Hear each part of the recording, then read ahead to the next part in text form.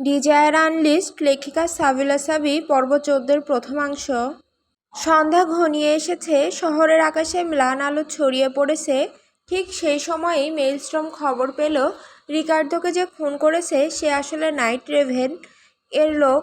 খবরটা পাওয়ার সঙ্গে সঙ্গেই তার চোখ রক্তাভ হয়ে উঠল। এক মুহূর্ত দেরি না করে নিজেই গাড়িতে উঠল। ইঞ্জিনের গর্জনে চারপাশ কেঁপে উঠল আর মেইলস্ট্রম ছুটে বেরিয়ে গেল রাস্তায়। কিন্তু অচিরেই অপ্রত্যাশিত ঘটনা ঘটল। হঠাৎ এক বিশাল ট্রাক তার গাড়ির সামনে এসে পড়ল।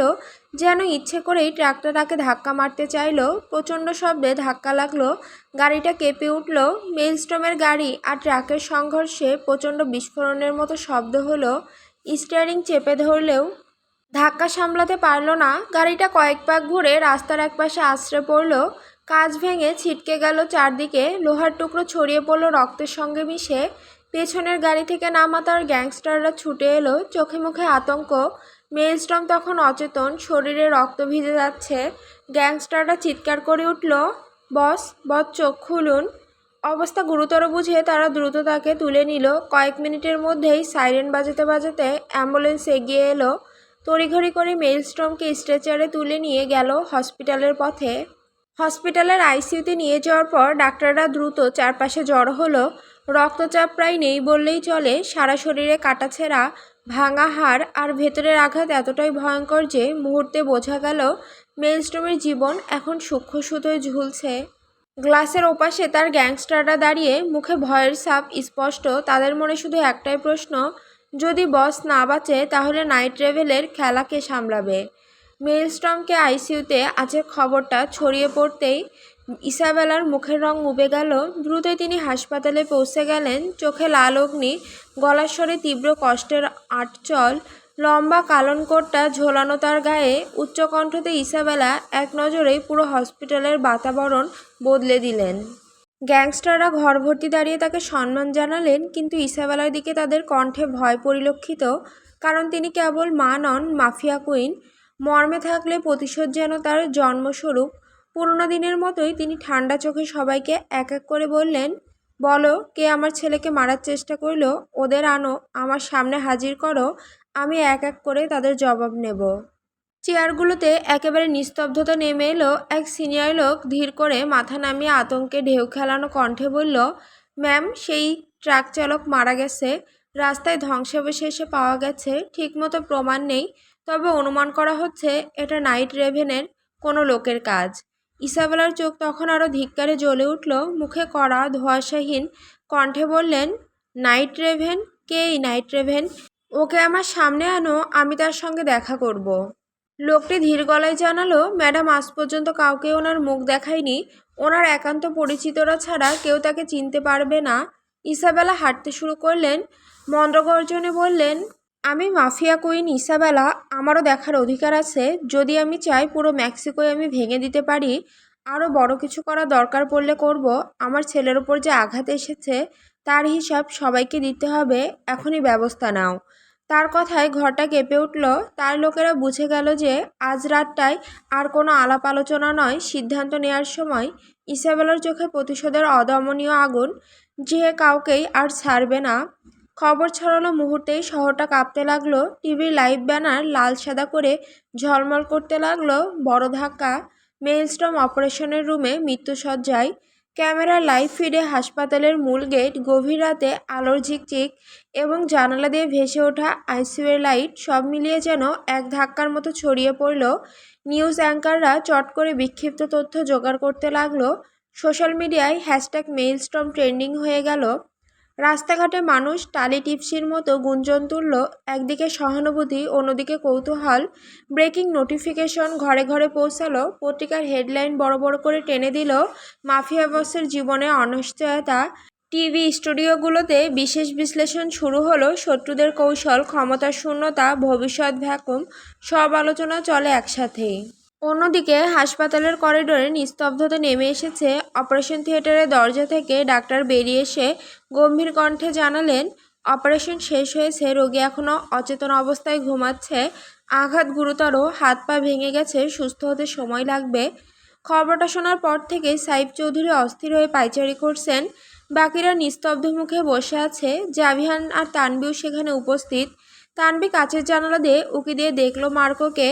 শয্যায় শুয়ে আছে, সারা শরীরে ব্যান্ডেজ, হাত পা প্লাস্টারে মোড়ানো। তার বুকের ভেতরটা হঠাৎ কেমন হালকা কেঁপে উঠল।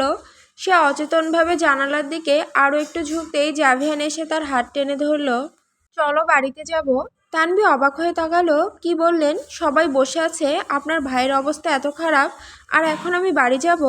জাভিয়ানের কণ্ঠ শক্ত হলো। ও আমার ভাই, তোমার নয়। তোমার এত দরদ কেন উতলে পড়ছে? তানভীর চোখ চকচক করে উঠল। কারণ উনি আপনার চেয়ে ভালো, আচরণে ব্যবহারে সব কিছুতে আপনার থেকে অনেক বেটার। জাভিয়ান ঠোঁট বাঁকিয়ে হেসে বলল, লাস্টবার বলছি বাড়ি চলো।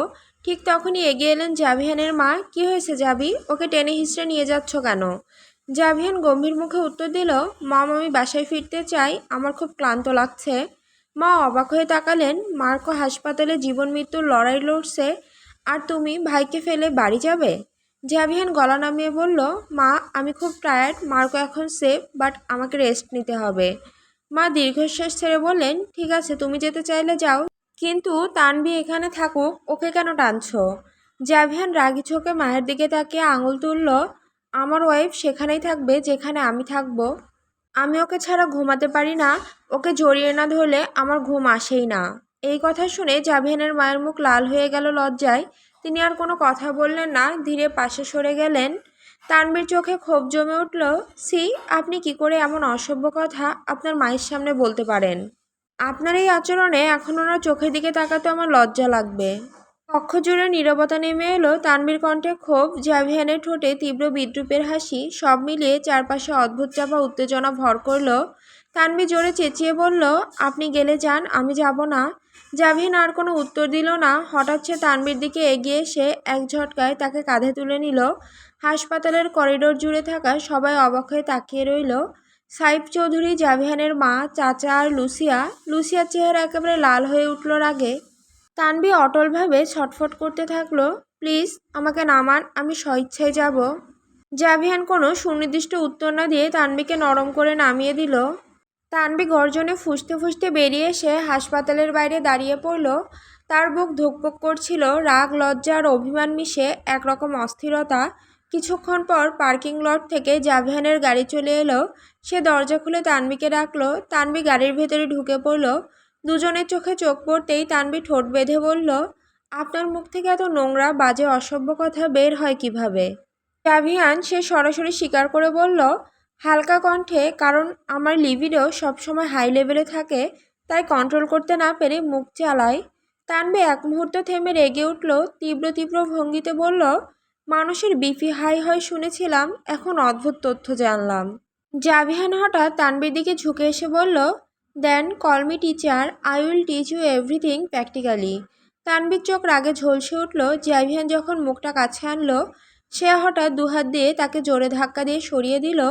Get lost. তানভীর গলা কাঁপছিল রাগ আর অপমানে। গাড়ির ভেতর মুহূর্তের জন্য নিস্তব্ধতা নেমে এলো। জাভিয়ান কিছুক্ষণ চুপ করে তার দিকে তাকিয়ে রইল। চোখে রাগ নয়, বরং এক অদ্ভুত চ্যালেঞ্জের দৃষ্টি। তানভীর ঠোঁট কামড়ে জানালার বাইরে তাকালো, যেন তাকে আর দেখতে চাইছে না। কিন্তু বুকের ভেতরটা ঢিপ ঢিপ করছিল, রাগে, ভয়ে নাকি অজানা টানে, সেটা সে নিজেও বুঝতে পারছিল না। গাড়ি তখনও হাসপাতালের গেট পেরিয়ে অন্ধকার রাস্তায় এগিয়ে চলেছে। হাসপাতাল থেকে ফিরতেই তানভি ক্লান্ত শরীর নিয়ে সোফায় বসে পড়ল। জাভিয়ান সরাসরি রুমে ঢুকে শাওয়ারের দিকে গেল। তানভি ভেবেছিল হয়তো দ্রুত বের হবে, কিন্তু মিনিট 10-15 কেটে গেল, তারপরও কোনো সাড়া নেই। ঘাম আর ধুলো মেখে সারাদিন হাসপাতালে দৌড়ঝাঁপে তানভীর নিজেরও ভীষণ অস্বস্তি হচ্ছিল। শরীরটাও যেন কেমন ভারী হয়ে উঠছিল। শেষমেশ বিরক্তি আর অস্বস্তিতে সে উঠে বাথরুমে দরজার কাছে গিয়ে দাঁড়ালো। আপনার আর কতক্ষণ লাগবে? তানভি প্রথমে ধীরে ডাকলো, কোনো উত্তর নেই। সে বিরক্ত হয়ে দরজায় ধাক্কা দিল, তারপর আরও জোরে, ধপ ধপ। হঠাৎ দরজা খুলে গেল। সামনে দাঁড়িয়ে জাভিয়ান, শরীর ভরা সাদা সাবানের ফেনা, কোমরে শুধু একটা টাওয়াল, আর ভেজা চুল থেকে টপ টপ করে পানি পড়ছে। চোখে অদ্ভুত এক দৃষ্টি নিয়ে সে প্রশ্ন ছুড়ে দিল, কি হয়েছে? এত জোরে দরজা ধাক্কা দিচ্ছ কেন? তানভীর ভ্রুকুচকে বলল, আমি শাওয়ার নিতে চাই, খুব অস্বস্তি হচ্ছে আমার, আপনি প্লিজ তাড়াতাড়ি বের হন। কথা শেষ হতে না হতেই জাভিয়ান খপ করে তার হাত চেপে ধরল। ঠোঁটে একরাশ দুষ্টু হাসি খেলে গেল। ওকে, তাহলে ভেতরে আসো, একসাথে শাওয়ার নেই। এতে পানির অপচয় হবে না, সময়ও বাঁচবে। তানভি আঁতকে উঠে হাত ছাড়ানোর চেষ্টা করলো। ছাড়ুন, লাগবে না আমার শাওয়ার। আপনার যতক্ষণ ইচ্ছা ভেতরে থাকুন, দরকার হলে বাথরুমেই ঘুমান। সে হাত টেনে নিল জোরে, চোখে রাগ আর লজ্জার ঝিলিক। জাভিয়ান তখনও দাঁড়িয়ে রইল ভেজা শরীর নিয়ে।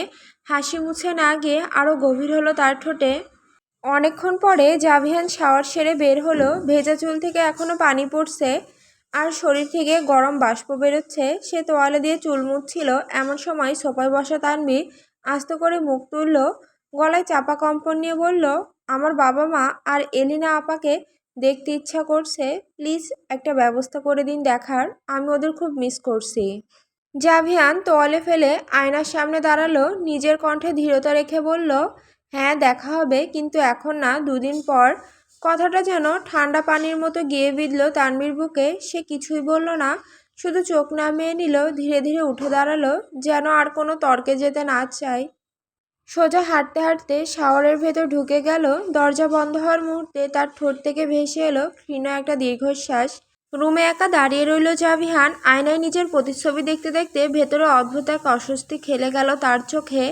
রাতের ডিনার শেষে হঠাৎ জাভিয়ান গম্ভীর ভঙ্গিতে বলল, এই মেয়ে, যাও, আমার জন্য 1 গ্লাস ম্যাঙ্গো জুস নিয়ে আসো।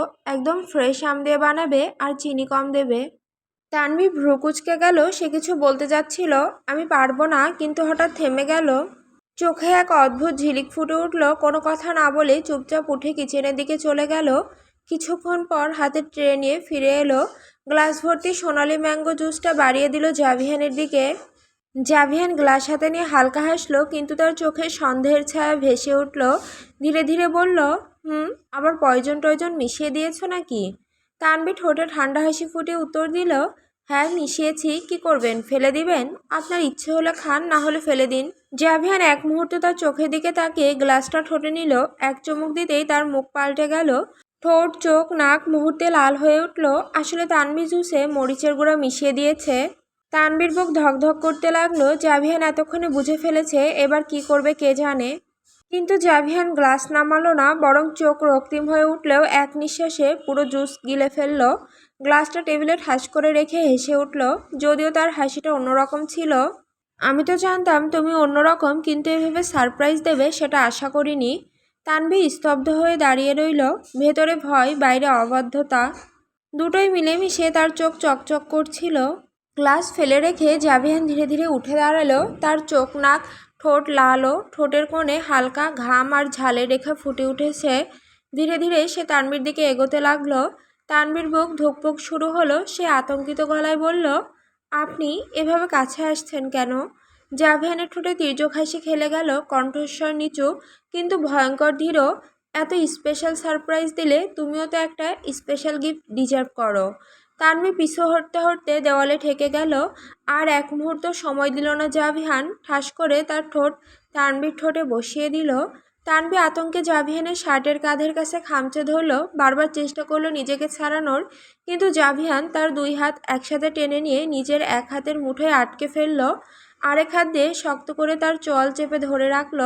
চুম্বনটা ক্রমশ গভীর হতে লাগলো, যেন প্রতিটি ঝাল, প্রতিটি কষ্ট, প্রতিটি রাগ তানভীর ভেতর ঢেলে দিচ্ছে সে। তানভি চোখ বুজে এলো, নিঃশ্বাস ভারী হয়ে উঠল। অথচ জাভিয়ান থামল না। থামবে কেবল তখনই যখন নিজের ভেতরের আগুন নিভে আসবে। মরিচের ঝাল ধীরে ধীরে প্রশমিত হবে। কিছুক্ষণ পর জাভিয়ান ধীরে ধীরে ঠোঁট সরিয়ে নিল আর কিছুটা দূরে সরে দাঁড়ালো, কিন্তু চোখে তখনও দহন, ঠোঁটে নির্মম হাসি। এবার বুঝলে আমার আগুন নিয়ে খেলা করলে কেমন হয়? তানভি হঠাৎ কেঁদে উঠল আর তানভীর বুক ফাটা কান্না রুম জুড়ে ছড়িয়ে পড়তেই জাভিয়ান ভ্রুকুচকে জিজ্ঞেস করল, এই মেয়ে, এত কান্না করছো কেন? আমি কি তোমাকে মেরেছি? সামান্য চুমুতে কেউ কাঁদে?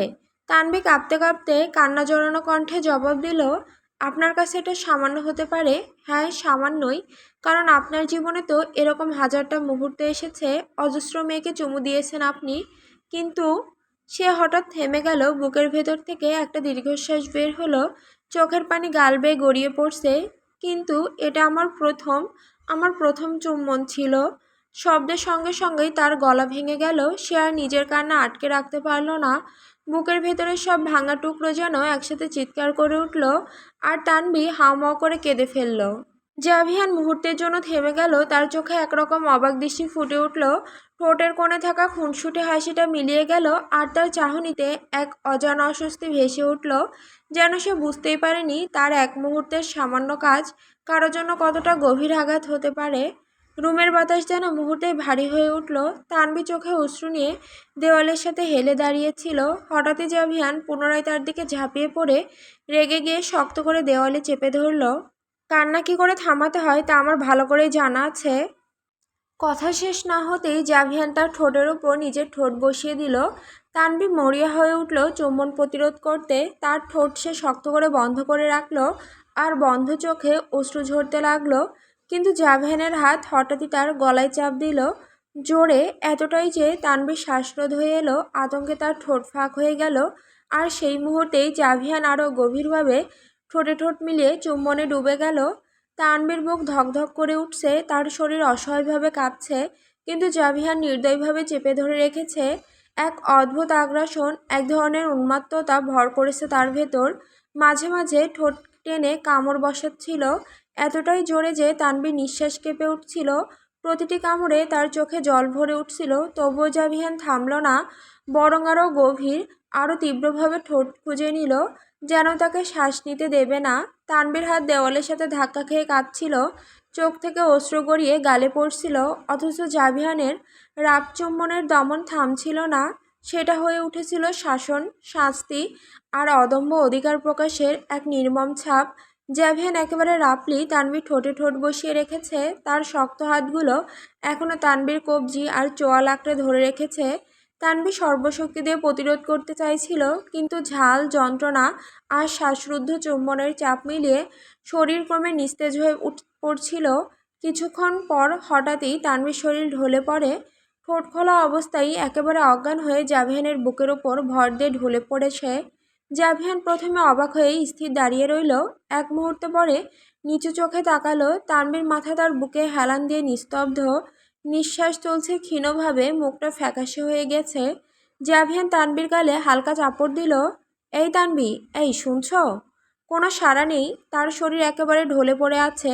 জাভিয়ান এক মুহূর্তে স্থির হয়ে তাকিয়ে রইল, তারপর ঠোঁটের কোণে বাঁকা হাসি ফুটিয়ে ফিসফিস করে বলল, মাফিয়ার কবলে আটকা পড়েও ভাঙনি তুমি। নিজের চোখের সামনে বাবাকে গুলিবিদ্ধ হতে দেখেছ, তবু অজ্ঞান হওনি। মা বাবাকে ছেড়ে একেবারে অপরিচিত শহরে চলে এসেছ, সেখানেও ভাঙনি, অথচ আমার সামান্য একটা চুমুতেই গুটিসুটি মেরে ঢলে পড়লে। তার চোখে কেমন এক অন্ধকার খেলা করছিল, হাসিটা ছিল তাচ্ছিল্যের, অথচ গভীরে যেন লুকিয়েছিল অন্যরকম কৌতূহল।